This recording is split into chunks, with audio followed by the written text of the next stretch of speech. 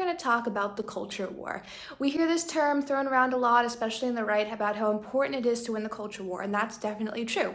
But to win the culture war, first the right has to fix its huge blind spots. I mean, they're huge. And I'm going to give you two specific blind spots that the right has to fix. First is literature, specifically young adult literature. In Barnes & Noble, in little bookstores, there's always a section that says young adult literature. And previously, really before the last 8 months, it was stories about vampires and zombies and back to school stuff, romance stuff, nothing really heavy. And yet within the last 9 months or so, that's changed. And now the majority of books have some sort of either Karl Marx storyline with books talking about how he's misunderstood. They're selling a political revolution based off of socialism. Bernie Sanders' political revolution book for kids is highlighted in all of the bookstores I've been in.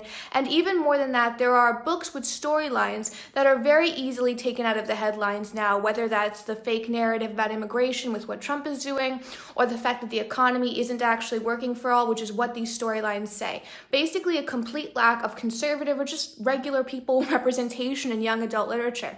And it's the same, and you go into the kids section. In the kids section, they have the books about who is this president, who is this world leader, who is this first lady. And they have them pretty much for all the presidents and first ladies except President Trump and Melania, and the first lady. So what this is doing is it's cutting off the ability for young kids to get to know who President Trump is in a non-hostile environment, which is what those books serve to do. There's books for Democrats and Republican presidents. Who is Bill Clinton? Who is George Bush? All these presidents are represented in the children's section except President Trump. And really what that does is it makes him seem like he's just some horrible enemy to young children. And the only children's books that are there are books mocking his language, are books that aren't really children's books but are cartoons that are very mean towards him and conservatives and Republicans.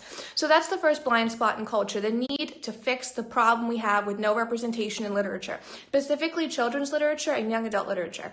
The second blind spot is that we on the right don't take advantage of the fact that there are celebrities and singers and actors whose fan bases and Trump's fan base, or really just the Republican Party, interact quite a lot. Specifically people like Blake Shelton. I would bet a lot of his fans are also at least conservatives or Trump supporters. I would bet that happens, and yet for some reason we on the right sort of dismiss country music, even though a lot of conservatives, Republicans, Trump supporters listen to country music. We don't give country musicians the opportunity to take a big cultural significant spot in our culture war. We don't engage them. Why are we not talking to Reba McEntire?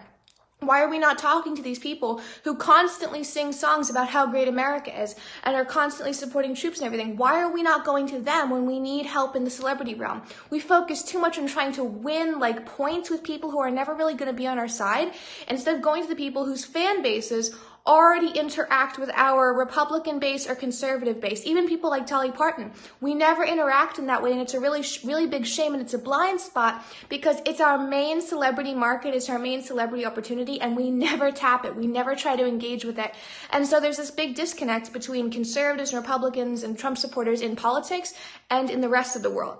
And the out-of-the-box opportunities I want to talk about is situations like when I said for months that Republicans should go to Comic-Con. Republicans should go to these events that we don't typically go to try to interact with people of all ages who are not doing something political.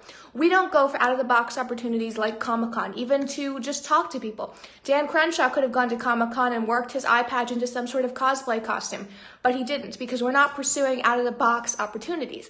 That's something that needs to change. Even things like after Lane Hardy won American Idol and he's a country singer, an out-of-the-box opportunity would have been inviting him to the White House. He probably would have had to say yes because so much of his fan base is conservative, is country. So he would have had to say yes, but we didn't use that out-of-the-box opportunity because we're so focused all the time on trying to win little brownie points with people who still, at the end of the day, are not going to come out and support us. So that's a really big deal. We have to tap the untapped markets. Things like Comic-Con, things like American Idol, even reality TV where we could have Republicans talking about it the same way they talk about sports. It's the same sort of idea. So thanks guys, and please like and share this.